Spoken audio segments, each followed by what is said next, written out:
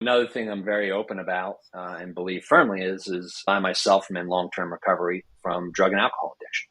I've been sober for over 14 years. I'm very, very grateful for that. Um, the experiences I had in the depths of my addiction obviously were formative towards some things, and as far removed from that as I am now, it's definitely given me perspective on a lot of things, which I'm very grateful for.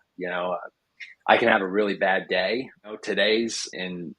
By today's standards, a really bad day isn't that bad compared to what some bad days were like a long time ago. But also through the recovery community, I've been very blessed to really kind of strengthen I don't know if it's a must, but strengthen my empathy for others. Right. Okay. And so that applies to everybody. I mean, that applies to business leaders, right? I truly believe everybody's out there just trying to do their best, and sometimes our approach to how we try to do our best can maybe be misguided or mismanaged. Um, Insecurity and fear are very, very, very powerful things. They're very powerful influences, right? To how we react, how we treat people, how we go about solving problems. And so I think my experiences I've had through the world of recovery have given me the ability to kind of meet people where they are, no matter what it might be, and just maybe help to take a breath and just be like, okay, like what are we ultimately trying to achieve here? And whatever you're doing, like that's okay, and let's just kind of be a little open and honest and vulnerable, right? So I guess that's the long way of getting to my willingness to be vulnerable. I try to bring to the table, right? Because I think if you can get others to be vulnerable, that creates trust, and that's really critical in making change, which is what's often needed, right? Uncomfortable change is often needed to kind of right some of the ships that we're trying to right, or fix some of the things that are a little misaligned. Amazing. Josh, it comes right back to what you were saying. The humanity was your favorite part too. Yeah, I mean, it's something we talk a lot about too, about spreading that openness and honesty throughout the entire organization. I mean, and you really have to. We really believe in transparency, being very transparent with your entire organization. From the leadership team down, of like, what is our vision? What are our goals? What are our values? Are you having those conversations with people? Like, how many executives know, or if you ask the average executive, and I don't have a number for this, but I'm just throwing this out as something to think about. What percentage of your employees do you think have the Sunday scaries?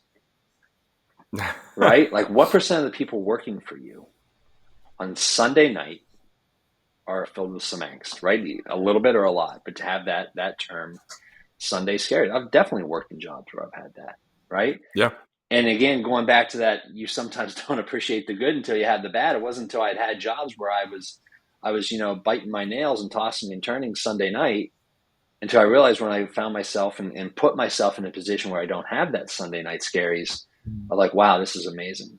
But I think if you ask the average executive, at least any that I want to work with, do you want your people to have anxiety Sunday night? Is that what you're trying to build? Because our companies have a mission, and they have a purpose, whatever that is, right? We're providing a good or a service, but at the same time, in building that company, we are building a community, right? At the end of the day, like, we have a group of people that are spending a considerable amount of time together, either physically or now, hybrid, virtual, but people are spending their time together.